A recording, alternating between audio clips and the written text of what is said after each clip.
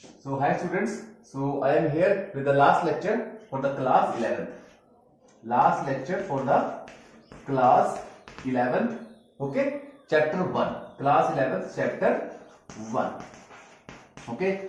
class 11th का chapter first था some basic concepts of chemistry. So उसका today is the last lecture and today we will be finishing this topic, okay, this lesson. Clear? So our last topic will be atomic mass. Atomic mass, okay, we will be discussing atomic mass कि atomic mass क्या होता है. ठीक है, जैसे तुम्हारा मास है, तुम किलोग्राम में लेते हो, कोई उससे कम मास होगा किसी चीज का, उसको हम ग्राम में ले लेंगे. ठीक है, मान लो उससे भी कम मास आ गया तो उसको मिलीग्राम में ले लेंगे, कैरेट्स में ले लेंगे, ओके. बट एटम, आपको पता है atom is the most this smallest particle of this world. So how will we calculate the mass of an atom.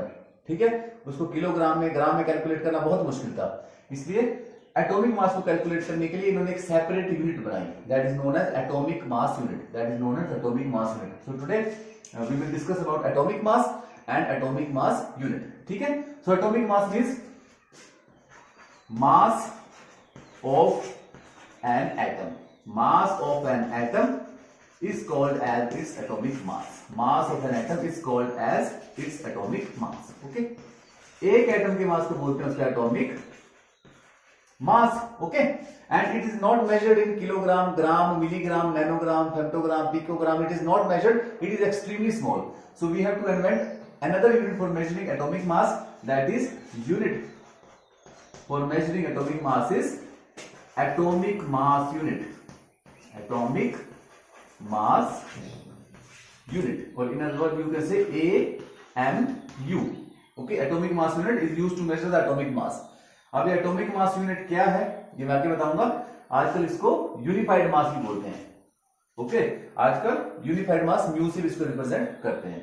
ठीक है, so okay, so I was discussing atomic mass unit. Okay, so atom के अंदर देखो क्या होता है. Atomic mass को समझने से पहले we have to understand what is there inside the atom. Atom के अंदर क्या होगा, what is there in the atom.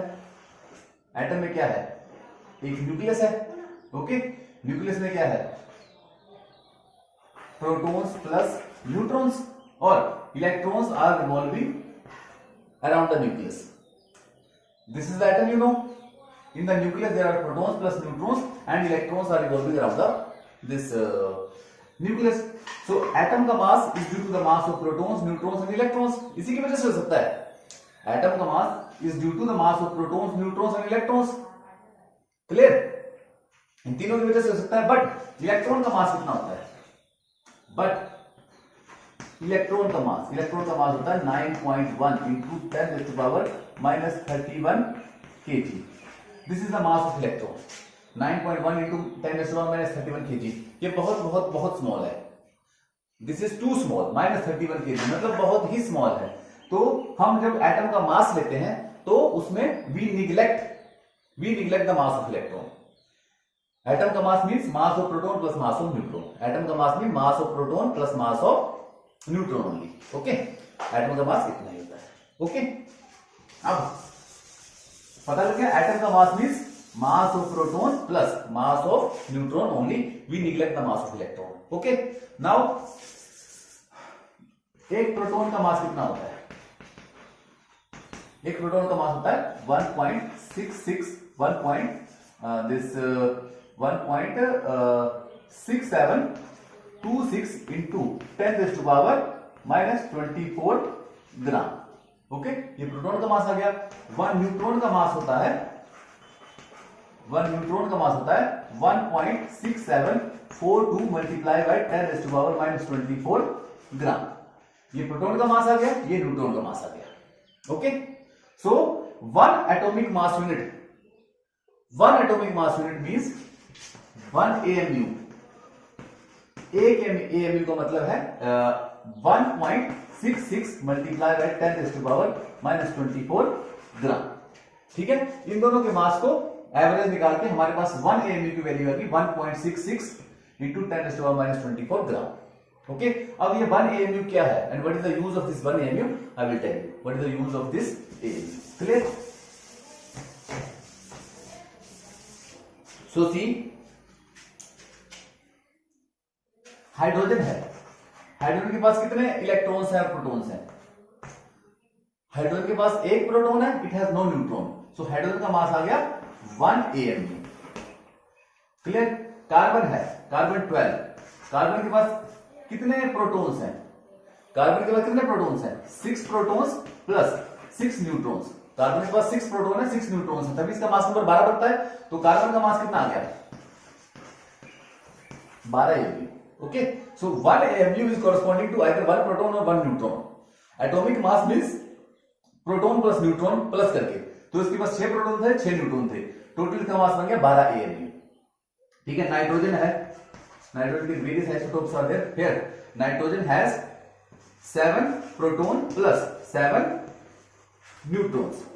Protons का पता कैसे लगता है? Atomic number gives you proton, जितना एटॉमिक नंबर होगा उतने ही प्रोटॉन होंगे, and neutron mass number minus atomic number, mass number minus atomic number will give you neutrons. So nitrogen has 7 protons plus 7 neutrons. Okay, तो इसका mass कितना बनेगा? 14 AMU। Getting the point? What is this AMU? Okay, जितने proton neutron होंगे उतना AMU आएगा। 1 AMU is basically equal to 1 proton और 1 neutron. Okay, अब now move on to definition of 1 AMU. Okay, so अब the mass, atomic mass we will find out that is not actual mass, जो actual mass में होता है that is relative mass, that is relative mass, relative atomic mass। मतलब relative atomic mass का मतलब है कि एक एटम ले लेंगे, उसका मास फिक्स कर देंगे और देखेंगे कि बाकी जो एटम है उनका मास उस एटम से कितना ज्यादा है या कितना कम है।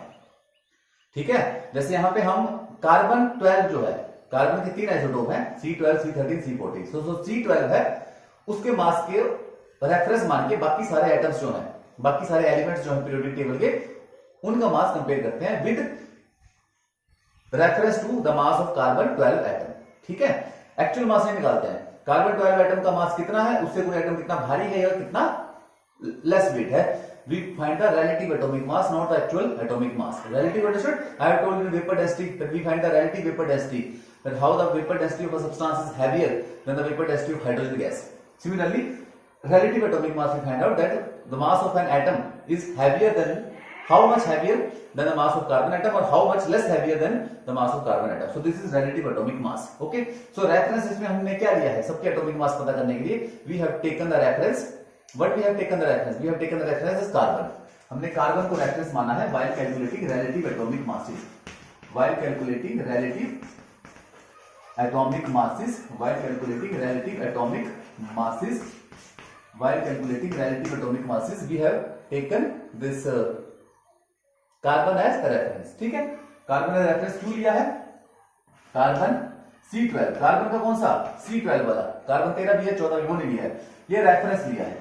मतलब इसी के मास के बेस पे बाकी एटम का मास पता किया जाता है। तो क्यों? इसके रीजन है फर्स्ट, अबंडेंस, ये काफी मात्रा में मिलता है। ठीक है, बहुत आसानी से मिल जाता है, so you can compare the various of the item. Second, neither low reactive, neither low reactive, ना तो बहुत कम रिएक्टिव है, nor very high reactive, know very high reactive, ना तो बहुत ज्यादा रिएक्टिव है, ना तो बहुत कम रिएक्टिव है, इसलिए हमने इसको कार्बन को रेफरेंस मान लिया।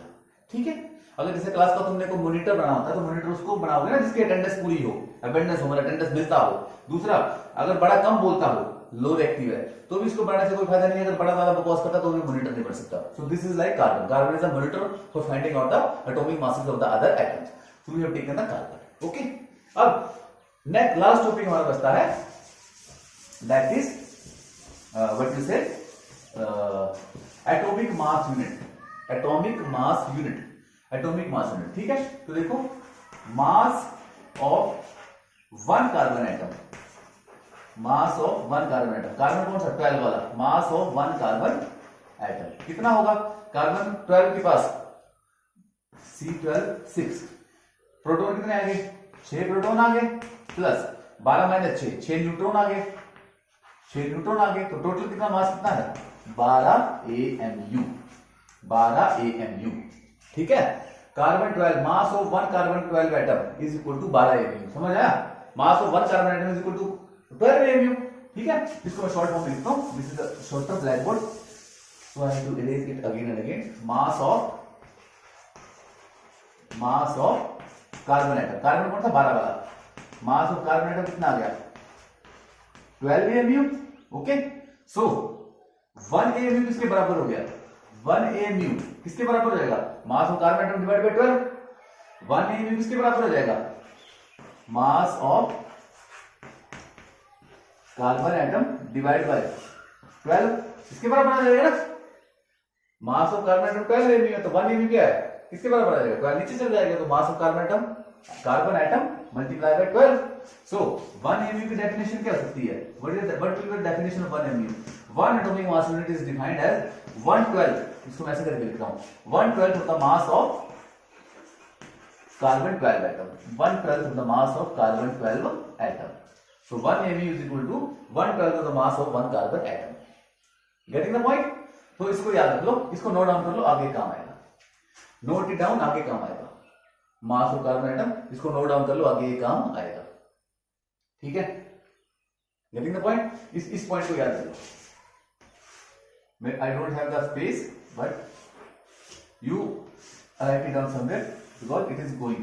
1 AMU equal to mass of carbon atom divide by 12, ये काम आने वाला है. ठीक है, इसको नोट डाउन कर लो. ठीक है, 1 AMU की डेफिनेशन होगी.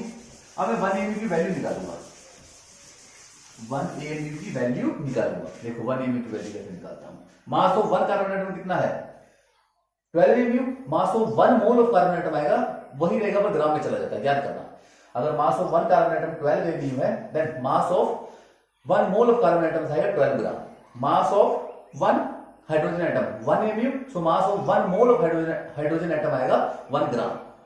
मोल का ग्राम में जाता है, एटम का AMU में जाता है, बाकी जो नंबर है वो सेम रहता है. ठीक है, so mass of 1 mole of carbon 12 atom कितना आएगा? इसका 12 ग्राम आएगा. 1 मोल का ग्राम आता है, अगर सिंगल एटम होता तो 12 AMU होता.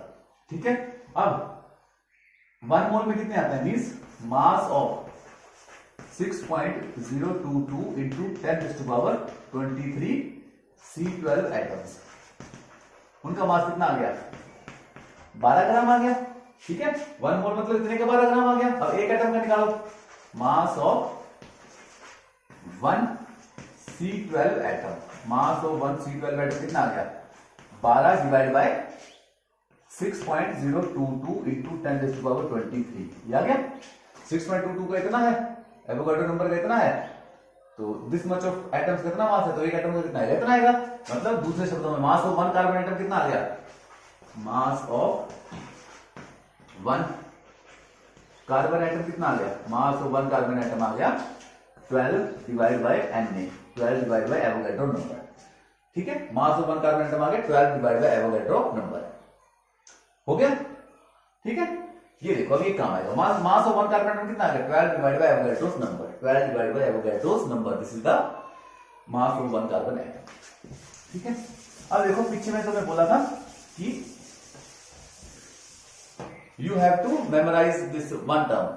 एक नोट डाउन करने के लिए बोला था. क्या था वो नोट डाउन करने के लिए? मैं क्या बोला था? 1 AMU. 1 AMU की वैल्यू कितनी आई थी? 1 AMU is equal to mass of carbon 12 atom divide by 12 था. अब मास ऑफ 1 कार्बन एटम हमने पिछले स्टेप में कितना निकाला? 12 डिवाइड बाय एवोगाड्रो नंबर. लिख दिया. नीचे 12 है. ठीक है, नीचे 12 है, तो 12 में से 12 कट गया, तो 1 AMU की वैल्यू कितनी आ गई? 1 AMU की वैल्यू आती 1 अपॉन एवोगाड्रो नंबर. ठीक है, तो जब इसको सॉल्व करोगे then you will get 1.66 into 10 to the power -24 gram. Avogadro number रख लेना 6.022 into 10 to the power -23. उसको रख के जब तुम सॉल्व करोगे तो 1 AMU की वैल्यू कितनी आ जाएगी? 1 AMU will have the value of 1.66 into 10 to the power -24 gram. This is 1 AMU. Okay, ठीक है. So this was this atomic mass unit. Okay, अब एक लास्ट इसमें जो चीज बचती है वो मैं तुम्हें बता रहा हूं, उसके बाद ये चैप्टर खत्म हो जाएगा. एक लास्ट चीज बचती है वो बचा रहा हूं. ठीक है,